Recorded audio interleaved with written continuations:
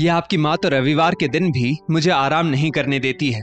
देख लो, अभी सुबह भी नहीं हुई कि रसोई में से बर्तनों की आवाज आने लगी। लोग कहते हैं बुढ़ापे में भूख प्यास मर जाती है, लेकिन इनकी तो इतनी बढ़ गई है कि मैं क्या बोलूं आपको।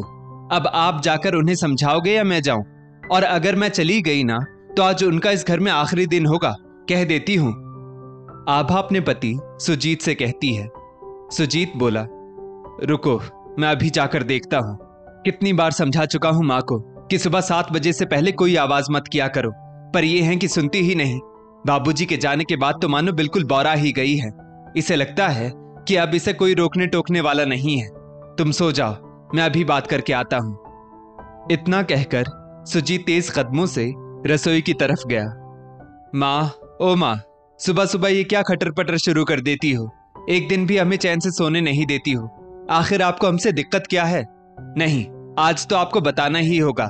कितनी बार आभा आपसे कह चुकी है ना कि सुबह 7 बजे से पहले रसोई में मत आया करो, और आप हैं कि सुनती ही नहीं है। आखिर आप चाहती क्या हैं? मैं आपका हाथ पकड़कर आपको इस घर से बाहर कर दूं? सुजीत की मां मंजू देवी बस टुकुर टुकुर अपने बेटे का मुंह ताक रही थी और फिर बड़ी हिम्मत जुटाकर बोली, बेटा, मन में बेचैनी सी हो रही थी। सारी रात सो नहीं पाई हूं, तो मैंने सोचा कि 1 कप चाय बनाकर पी लेती हूं।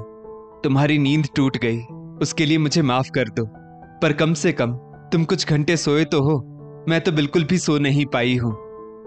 सुजीत बोला, अगर आपको नींद नहीं आती है तो इसका दोषी क्या मैं हूं? और सुबह के 4 बजे कौन चाय बनाकर पीता है? दिन भर दिमाग में 10 तरह की बातें चलती रहती हैं, तो आप जैसे इंसान को नींद कहां से आएगी? कम से कम हमें तो चैन से सोने दीजिए। आप तो पूरा दिन घर में बैठी रहती हैं। मुझे ये रविवार का एक ही दिन मिलता है आराम करने के लिए, तो अब 1 घंटे तक कोई आवाज नहीं होनी चाहिए। इतना कहकर सुजीत वहां से जाने लगा। मंजू देवी बेटे की बात का जवाब ना देकर बस उसका मुंह ताकने लगी। उसी समय कमरे से आभा ने फरमान सुनाते हुए कहा, माँ जी, आज से मैं आपको पीछे वाले कमरे में शिफ्ट कर दूंगी। फिर रात भर खूब चाय बनाकर पीती रहना। कम से कम हम तो चैन से सो सकेंगे। हमारा जीना हराम करके रख दिया है आपने। अब आए दिन मंजू देवी को बेटे बहू और पोता पोती इसी तरह जली कटी सुनाते रहते। फिर अपनों से अपमान के कारण उनकी आंखों से आंसू रुकते नहीं थे। उनकी उदासी और उनकी सूनी आंखें बेबस सी अपने पति कमलेश बाबू की तस्वीर की तरफ निहारती रहती थी। रसोई से निकलकर मंजू देवी कमलेश बाबू की तस्वीर के पास जाकर बैठ गई और कहने लगी, देख रहे हैं ना मेरी क्या हालत है। सच कहते थे आप कि सुजीत की गलत बातों में मैं उसे बचाया ना करूं, वरना आगे चलकर वो मेरी बिल्कुल इज्जत नहीं करेगा। और देखिए, वैसा ही हो रहा है। सच कहते हैं लोग, व्यक्ति के कर्मों का फल उसे जरूर भुगतना पड़ता है। कल मैंने आपकी बात नहीं मानी, जिसका भुगतान मुझे आज करना पड़ रहा है। इतना कहते कहते मंजू देवी अतीत की अनचाही स्मृतियों में खो गई। एक रोज सुजीत कॉलेज में अपने किसी मित्र से लड़ाई करके घर आया था और उसके कपड़े गंदे थे। तो कमलेश बाबू ने कहा, तुम्हारे कपड़े क्यों गंदे हैं? क्या फिर आज किसी से लड़ाई करके आए हो? और कल रात भी तुम बहुत देर से घर आए थे। ये हमारा घर है, कोई होटल नहीं। तो 10 बजे तक सो जाया करो और सुबह कम से कम 6 बजे तो जग जाया करो। अब तुम कोई छोटे बच्चे नहीं हो, अपनी जिम्मेदारियों को समझो। और बाजार से दूध और सब्जी लाने की जिम्मेदारी मैंने तुम्हें दी थी, उसका क्या हुआ?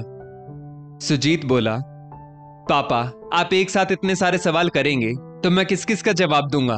फुटबॉल खेल रहा था तो कपड़े गंदे हो गए, और ये दूध और सब्जी लाने का काम मैं नहीं करूंगा। मुझे बहुत शर्मिंदगी महसूस होती है। कमलेश बाबू बोले, घर के काम करने में तुम्हें शर्मिंदगी महसूस होती है?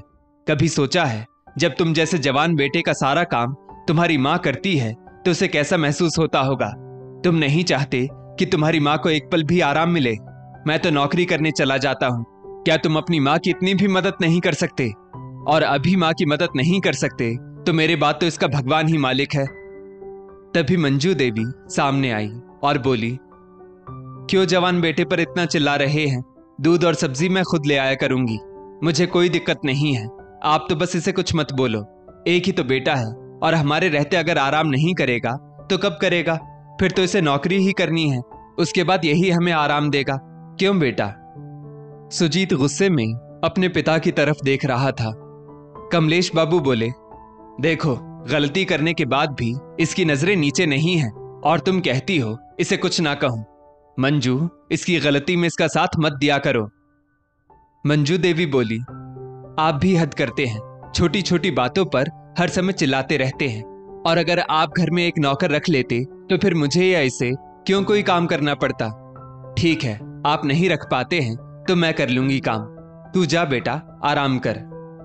सुजीत के जाते ही कमलेश बाबू बोले, मंजू, मेरी बात गांठ बांध लो। मैं तुम्हें पलटकर कुछ नहीं कहता, परंतु इसका जवाब एक ना एक दिन तुम्हें जरूर मिलेगा। सब कुछ जानने के बाद भी तुम मुझे दोषी ठहरा रही हो। जिसे कुछ कहना चाहिए उसे तुम कुछ कहती नहीं और दोषारोपण मुझ पर करती हो। याद रखना, व्यक्ति के कर्मों का फल उसे जरूर भुगतना पड़ता है। समय बीतता गया। मंजू देवी बेटे के प्रेम में इतनी अंधी हो गई कि पति की चिंता भी करना भूल गई। उन्हें अब कमलेश बाबू की ही बातें गलत लगती थी और बेटा सही लगता था। वो हमेशा यही कहती थी कि बुढ़ापे का सहारा ये है तो इसकी बात तो माननी ही पड़ेगी। समय अपनी रफ्तार से चलता रहा और एक दिन अचानक से कमलेश बाबू इस दुनिया से चले गए। फिर क्या था, उसके बाद तो मंजू देवी की पूरी दुनिया ही पलट गई। सच कहते हैं लोग, बुढ़ापे में पति के जाने के बाद प्रतिष्ठा तो बचती है पर मान सम्मान कहीं खो जाता है। किसी तरह सुजीत ने अपनी पढ़ाई खत्म की और उसी शहर में एक अच्छी कंपनी में नौकरी ढूंढने की कोशिश कर रहा था, पर हर जगह उसे निराशा ही मिल रही थी। फिर एक कंपनी में कमलेश बाबू की जान पहचान और अच्छे व्यवहार के कारण सुजीत को अच्छी नौकरी मिल गई। फिर सुजीत ने अपनी मर्जी से आभा से शादी की और मंजू देवी को कानो कान खबर नहीं होने दी। इधर मंजू देवी सपने सजा रही थी कि बेटा नौकरी करेगा तो उनकी सारी तकलीफें दूर हो जाएंगी, बहू आएगी तो वो उनकी सेवा करेगी। पर ऐसा तो कुछ नहीं हुआ। फिर भी मंजू देवी ने बेटे की खुशी के लिए कुछ नहीं कहा। जैसे जैसे समय बीतने लगा, मंजू देवी की हैसियत उस घर में एक बेकार सामान से ज्यादा कुछ नहीं रही। अब मंजू देवी के हृदय में पश्चाताप के बादल हमेशा घूमते रहते। दिन रात वो कमलेश बाबू की तस्वीर के पास जाकर उनसे माफी मांगती और कहती, अब तो आप हो नहीं, अब मैं माफी मांगू भी तो कैसे मांगू। पर आप जहां भी हैं वहां से सब कुछ देख रहे हैं तो मुझे माफ कर दीजिए। आजकल यही सोच सोच कर मुझे नींद भी नहीं आती है। बस भगवान से रोज प्रार्थना करती हूँ कि किसी दिन ऐसे ही मुझे भी ले जाए तो मैं वहां आकर आपके पैर पकड़कर आपसे माफी मांग लूंगी। मंजू देवी की आंखों से आंसू बह रहे थे। अचानक से अपनी बहू आभा की आवाज से वो पुरानी यादों से बाहर आई। अम्मा जी, चलो सामान समेटो, पीछे वाले कमरे में चलना है। मंजू देवी बोली, नहीं बहू, एक अंतिम बार मुझे माफ कर दो। आज के बाद मैं कभी भी 7 बजे से पहले रसोई में नहीं जाऊंगी। तभी आभा के दोनों बच्चे भी बोले, नहीं नहीं मम्मा, दादी को पीछे वाले कमरे में शिफ्ट करो। पूरे दिन खटर पटर करती रहती है और ना जाने दादाजी की तस्वीर से क्या क्या बातें करती है। हमें तो अब इनके साथ डर लगता है। आभा ने कुछ सोचा समझा नहीं और उनका हाथ पकड़ते हुए बोली, आपका सामान मैं पीछे वाले कमरे में दे जाऊंगी, आप अभी के अभी चलो। मंजू देवी ने जल्दी से कमलेश बाबू की तस्वीर को अपने सीने से चिपका लिया और सिर झुकाए हुए पीछे वाले कमरे में चली गई। थोड़ी देर में आभा ने उनके सभी कपड़ों की एक गठरी बनाई और उनके कमरे में फेंकते हुए बोली, अब चुपचाप जब तक जीवित हो यहीं रहना। आपको समय से चाय नाश्ता मिल जाएगा, पर मैं आपको घर के आगे की तरफ देखना भी नहीं चाहती। इतना कहकर आभा वहां से चली गई। एक पुरानी टेबल को अपने आंचल से साफ करके मंजू जी ने कमलेश बाबू की तस्वीर वहां रखी और कहने लगी, अच्छा बदला लिया जी। आप जब तक जीवित रहे आपने खुद से मुझे कुछ नहीं कहा, परंतु मरने के उपरांत अपने बेटे बहू यहां तक कि पोते पोती से भी मुझे खरी खोटी सुनवाने लगे ना। अब मुझे पता चला कि मेरी बातें आपके दिल में कील की तरह चुभती होंगी और आपको कितना बुरा लगता होगा जब सुजीत आपको पलटकर जवाब देता था।